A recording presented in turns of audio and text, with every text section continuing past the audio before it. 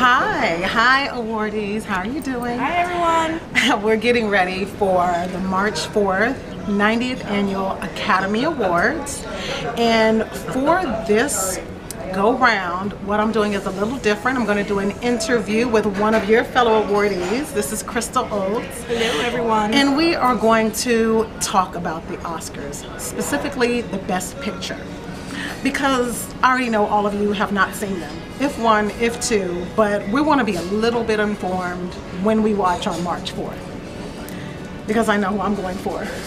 But anyway, so this is Crystal. She's my good girlfriend, and she is a corporate exec. She works in downtown DC.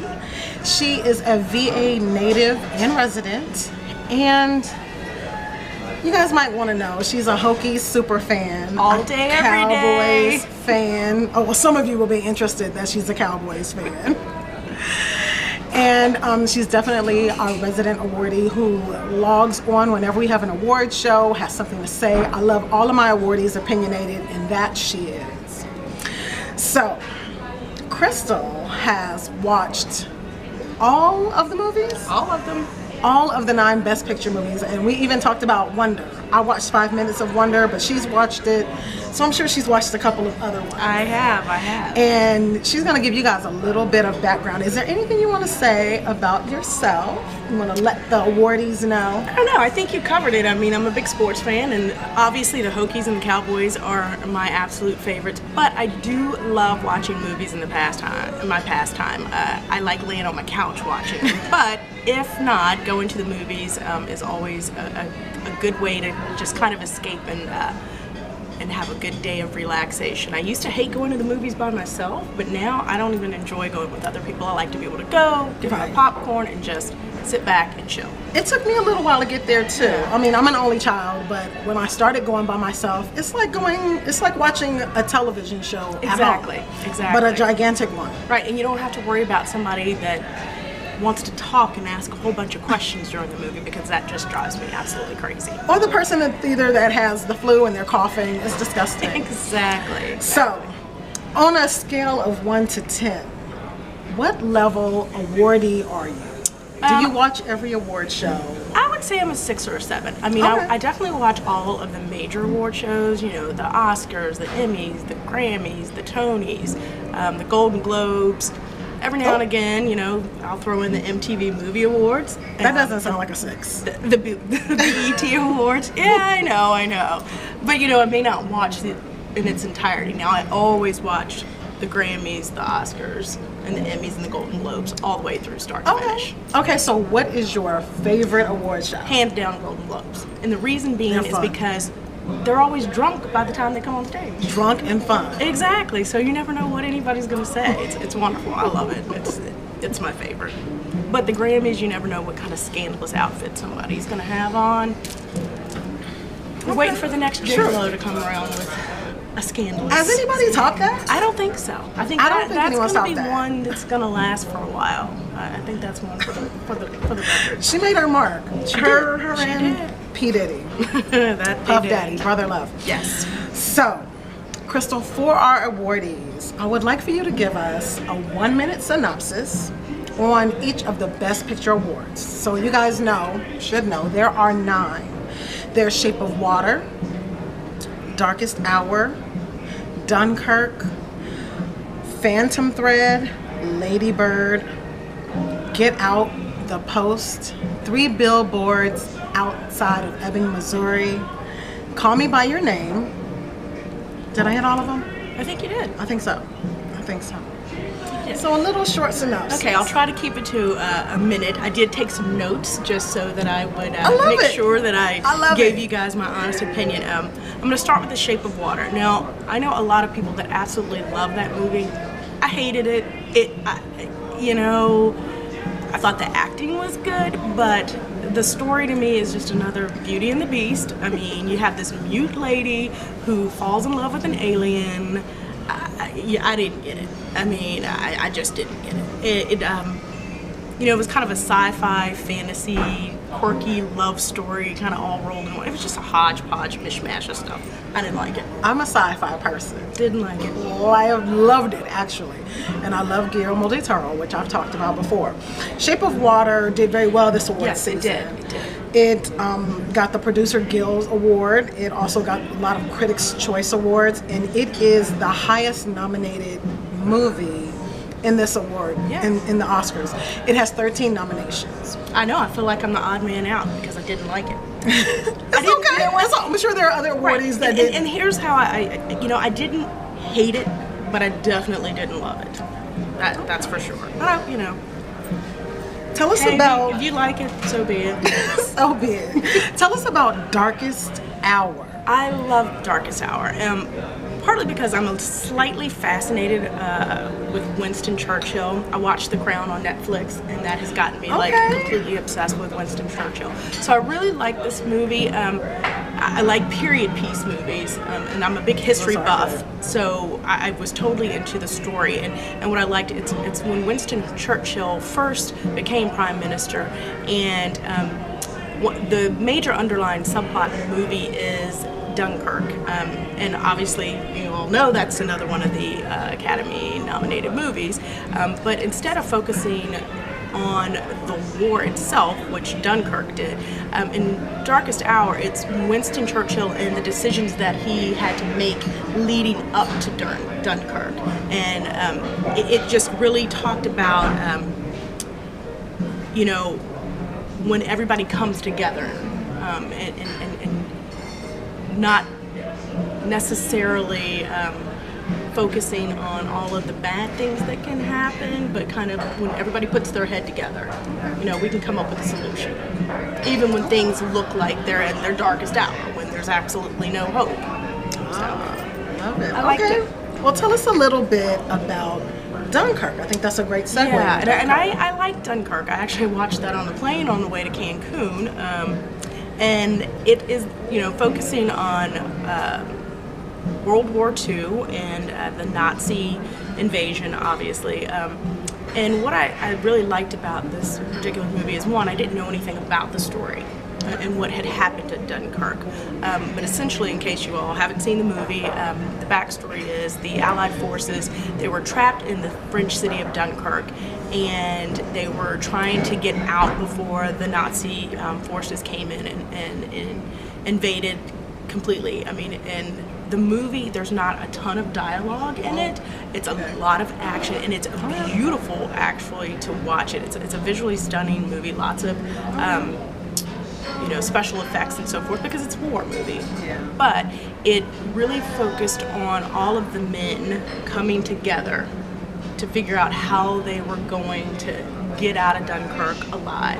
And the other part that I really liked, they had a subplot that was the civilians who were not in the military, who were also involved in helping to save those soldiers and help them evacuate from the city. It was just, I loved it. It was fascinating. And even though you know what's going to happen and that they are actually going to get out, it was just the climax building up to that was just incredible. It was really, really good. Well, I grew up watching a lot of war movies. My mom is a war movie buff.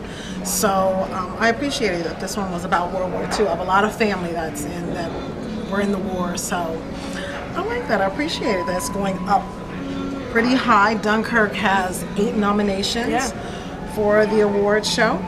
So let's move on to Phantom Thread. I heard a lot of mixed reviews about Phantom Thread. Even when I looked on Twitter today, I mean, people are on the opposite ends of the spectrum. There was one person, I believe he is a black producer or director, he gave it rave reviews, so a lot of people started looking at it after that.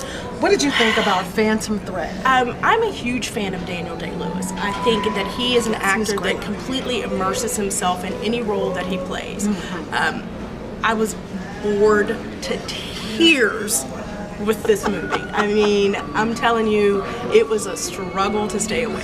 This was the one today that Jennifer, what is her name? Jennifer, she played in Mother and Hunger Games. Oh, Jennifer Lawrence. Jennifer Lawrence was all on Twitter today, or she was talked about on Twitter today, because she said that she turned off Phantom Thread 3 seconds into the movie. You know what? I don't blame her.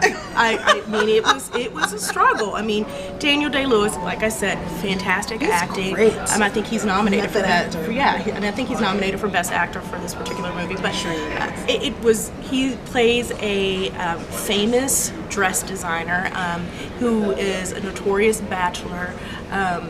He lives with his sister, who is completely controlling. It was a very bizarre relationship between the two of them. I think she was jealous of anybody that he brought into his life because she kind of wanted to be the one calling the shots and being in charge.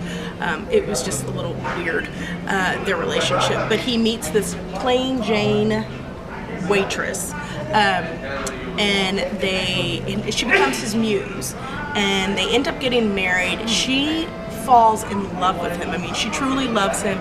He just wants somebody around. I think it's more about companionship for him. Right.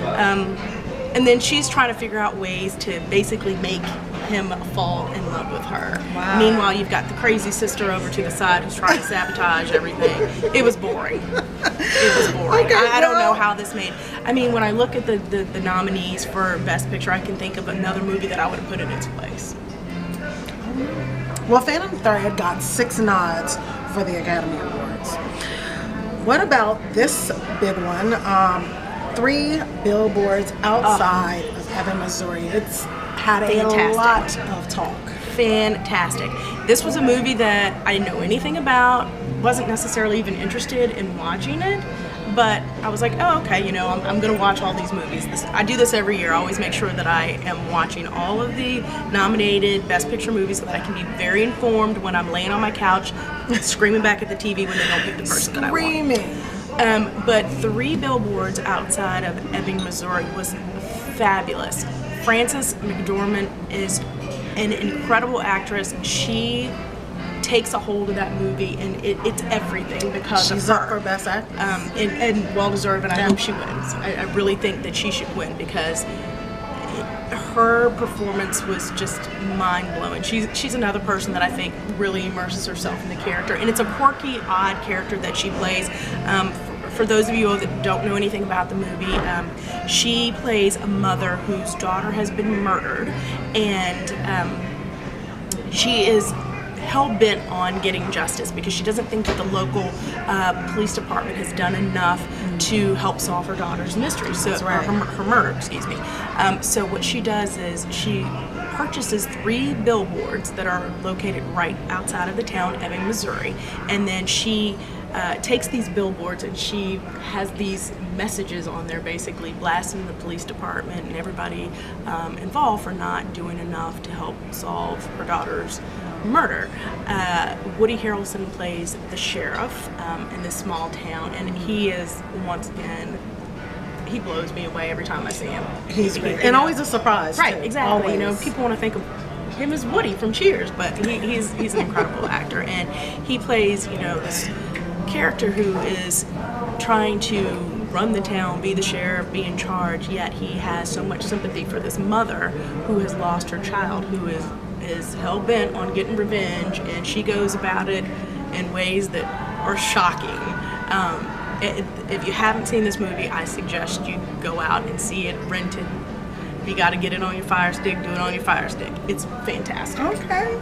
So 3 billboards outside Ebbing, Missouri was the big winner at the Golden Globes, and it also got the SAG Ensemble Award. So it is something to look forward to. Yeah. We'll see. So what about Get Out? That was a big one. I saw this one. I might have seen Get Out this year, maybe 4 or 5 times. I just saw it last week. Yeah, exactly. On HBO. So I love Get Out. I don't know anybody that didn't like Get Out.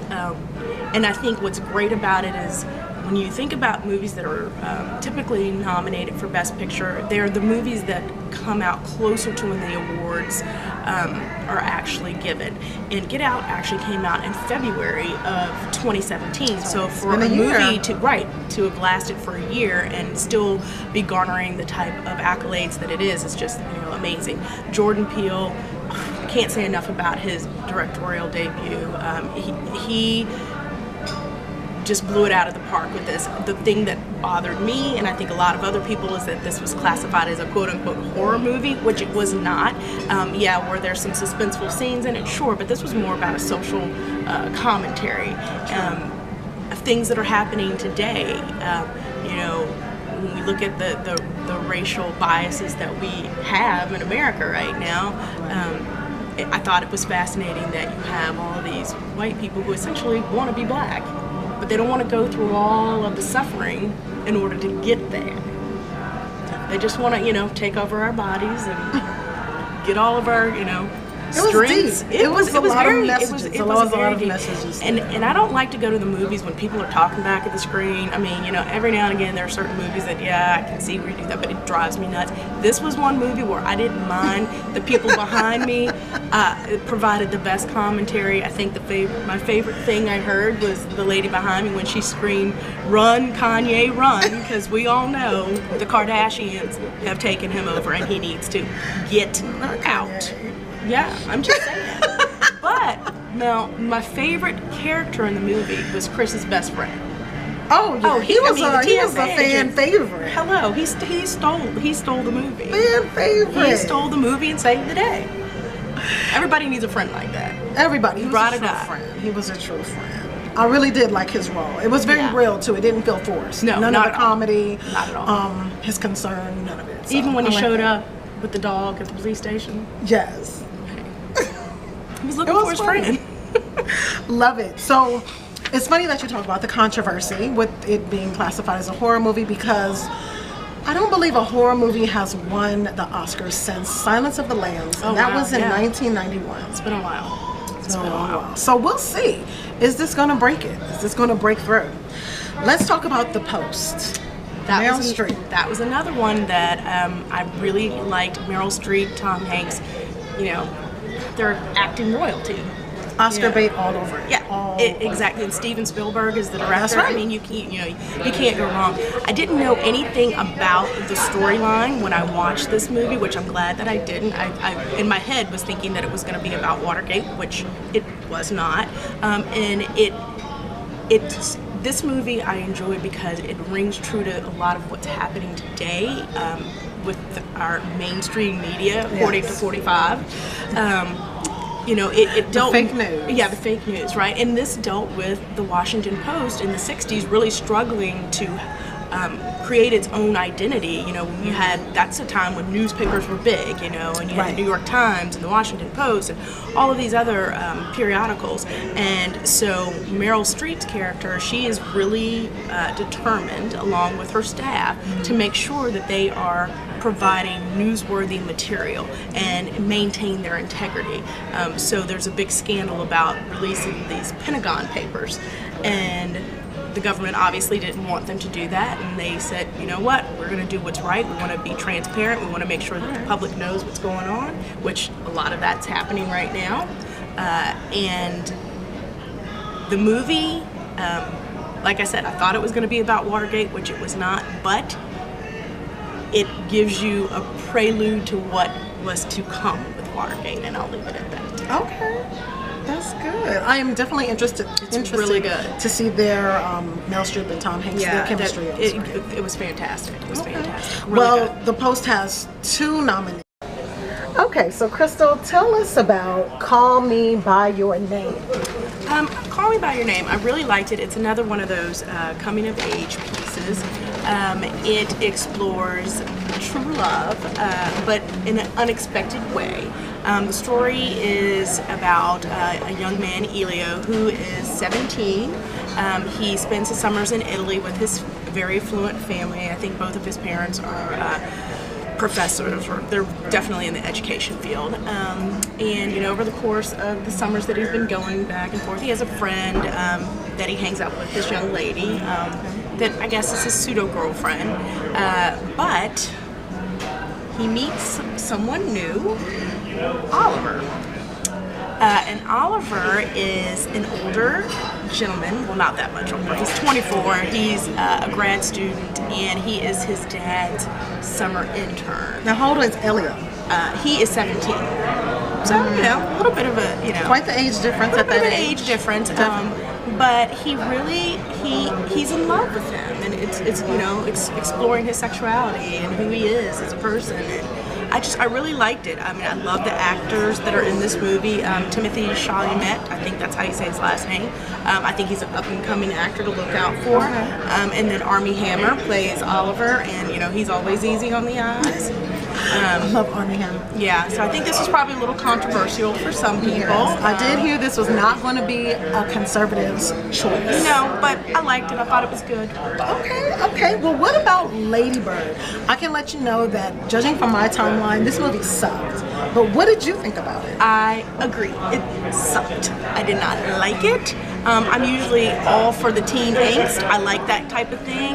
And this movie is about, you know, mother-daughter relationship. They bicker, they fight. It's her and her friends, and you know, making that transition from high school to college, and just all of the crap that goes on in between. I just didn't like it. I was not moved by it. I mean, I'm all here for Greta Gerwig and, you know, women being behind the camera, but just for me personally, I didn't care for it, and I don't get why it got so much hype and acclaim. Well, thank you for your synopsis and your statements to let all of our awardees know what's going on with each of these movies. As far as the predictions, can you name two in a possible who you think will take home Best Picture? My personal favorite that I would love to win, I don't think it's going to, is Get Out. You know, like I said, Strong movie. Yeah, I think if anything, it'll win Best Screenplay. I loved it. I really wanted to win. But after I saw 3 Billboards Outside of Ebbing, Missouri, like, that movie blew me away, hands down. I really think that that's gonna take the Best Picture. It's been all the talk. And if it doesn't, I would like for Get Out to win. But those would be my 2 personal favorites. Okay, that sounds good. So, in your business, how are you celebrating the Academy Awards? What are going to be your snacks, your beverages, any type of company or watch parties? Okay. Lots of bubbles. I like to watch the Oscars by myself because, one, it's slow. It's my one complaint. I mean, it is not the most exciting award show to watch because there's so many 3 hours, 3.5 yeah, there's so hours. many technical awards that are in there, and nobody really cares about any of that. I love Jimmy Kimmel, so I'm very excited about him. Oh yes, I think he's hosting. a fantastic host. I think he did a great job last year. I want to see how he handles all of the different things that are happening in Hollywood right now, and just actually in society in general. You know, we all know that he has his back and forth with 45, so I'm sure he'll insert a little political humor in there as well. I expect it. Yep, I'll be on my couch and then transition to my bed in the second hour. Or third hour of it, rather. Well, awardees, I hope you enjoyed our Oscar predictions this year. It was fun. Crystal Olds, thank you so much. Thank you for having me. LuxuryCarr, we have a little gift for you. Yay! Stemless wine glasses. I'll be using this when I'm watching. Trust me. Perfect. Thank you. Thank you. See you guys later. Look at me. You have glassware. Pretty impressive.